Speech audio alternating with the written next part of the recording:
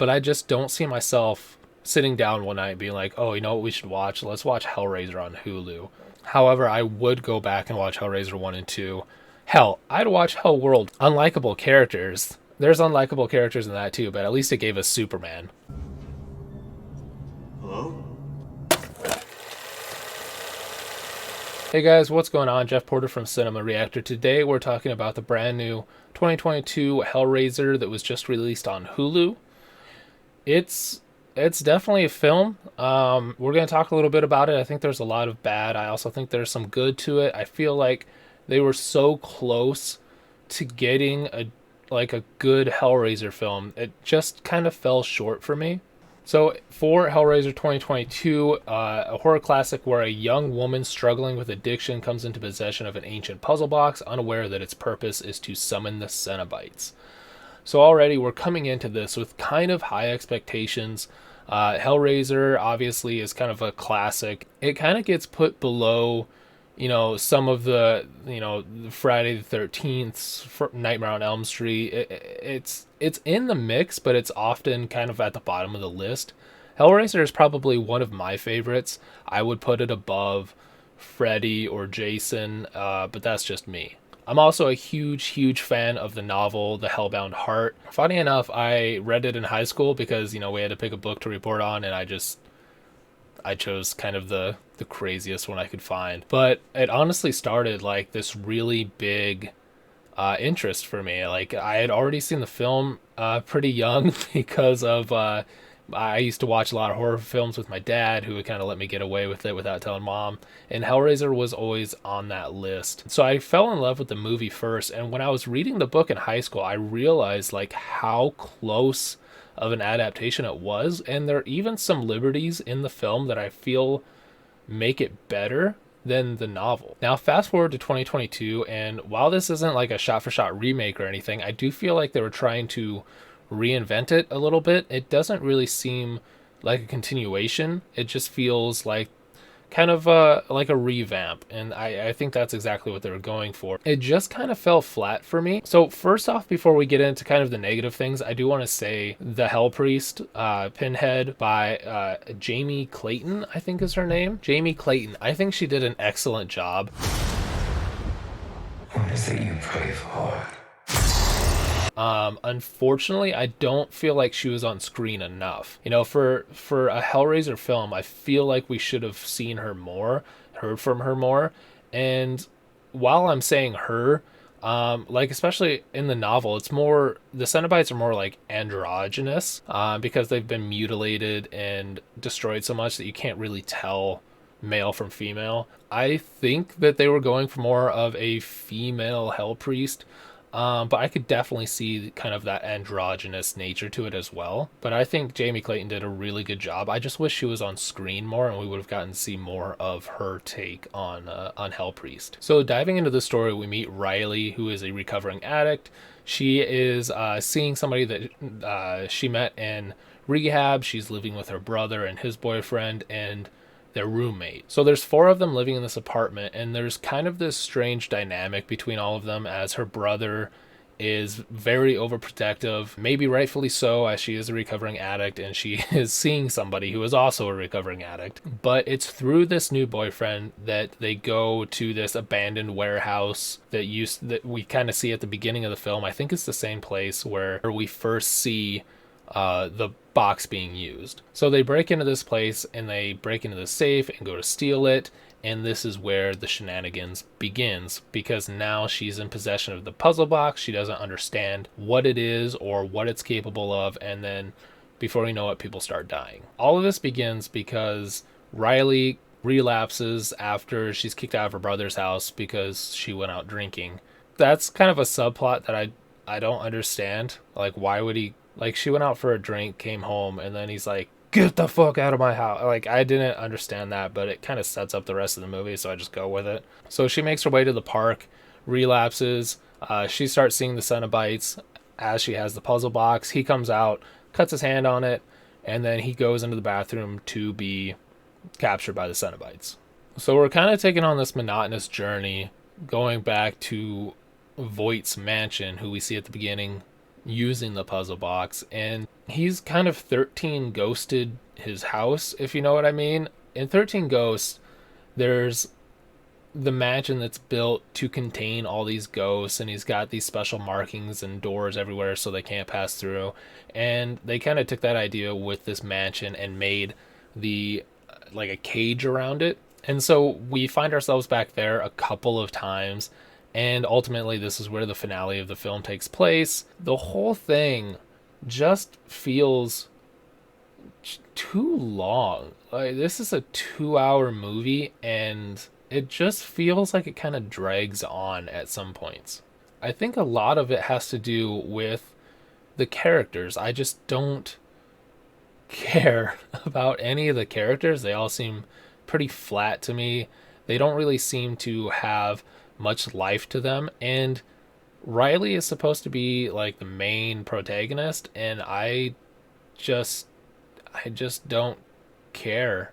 So we're already being taken through this story with characters that I feel are pretty boring and bland. And then the overall story just feels kind of bland. And I mean that because in Hellbound Heart, it's kind of a simple story. Hellraiser's kind of a simple story. So I understand, not making it too complicated, but I feel like yeah, it just kind of drags on. So once we get to the end of the film and they're back in the mansion, we get this weird twist where Riley's boyfriend has actually been working for Voight the whole time to try to use the box and work their way up through the configurations. And I just feel like it was kind of forced and unnecessary. I feel like there could have been a better way to do that. And especially since there was really no setup. There is one time where she's holding the box and she kind of is like, look at this. And he like, no, hell no. And that's kind of like the only setup we get to him, like being like working for the bad guy. Otherwise, it's just kind of dropped on us awkwardly. And the rest of like everything earlier in the film just feels kind of weird and unnecessary. Getting to the actual Cenobites though, I feel like they were close. I feel like they had an idea of what they wanted to do. It just wasn't quite. I mean, much like this whole film, like it feels like they were on the cusp of something.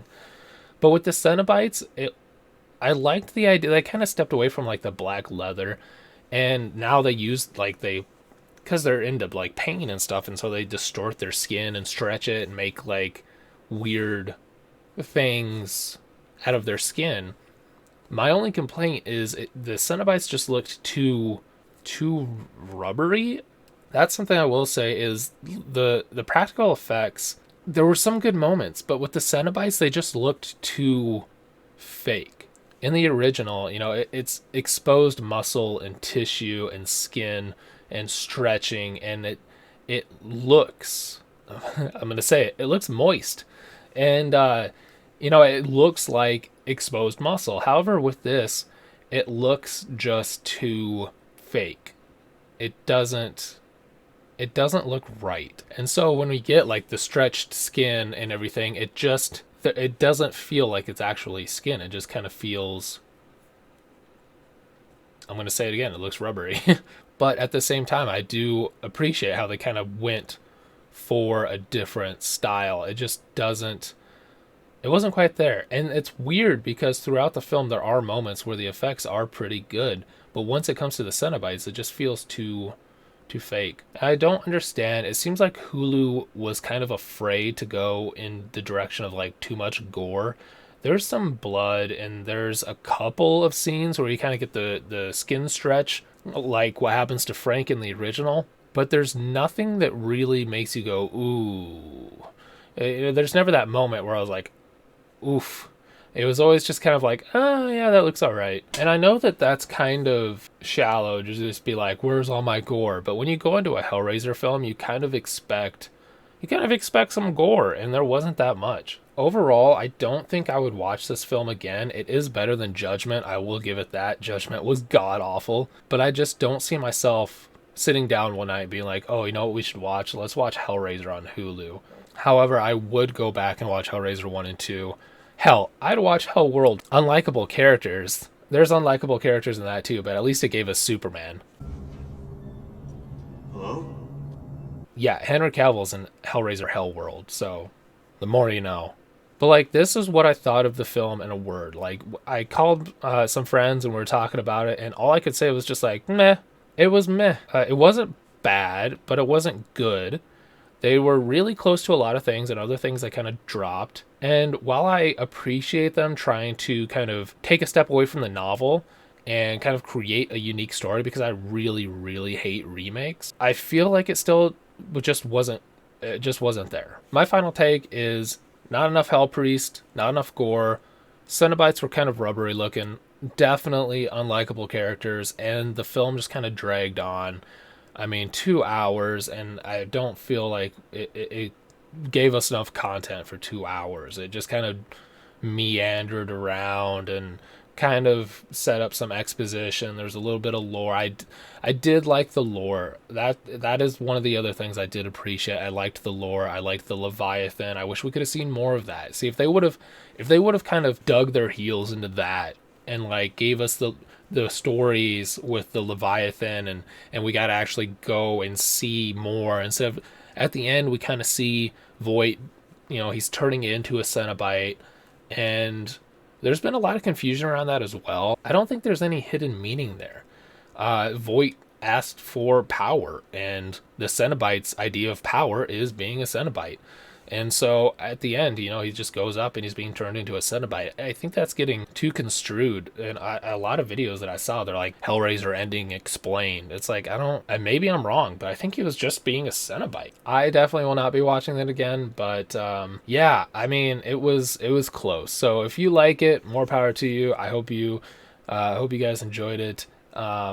Let us know down in the comments below what your favorite part is, if you like the new Cenobites, what you thought of the Hell Priest, and then remember to like, subscribe. We'll be back Friday. I look forward to talking to you guys then, and have a good week.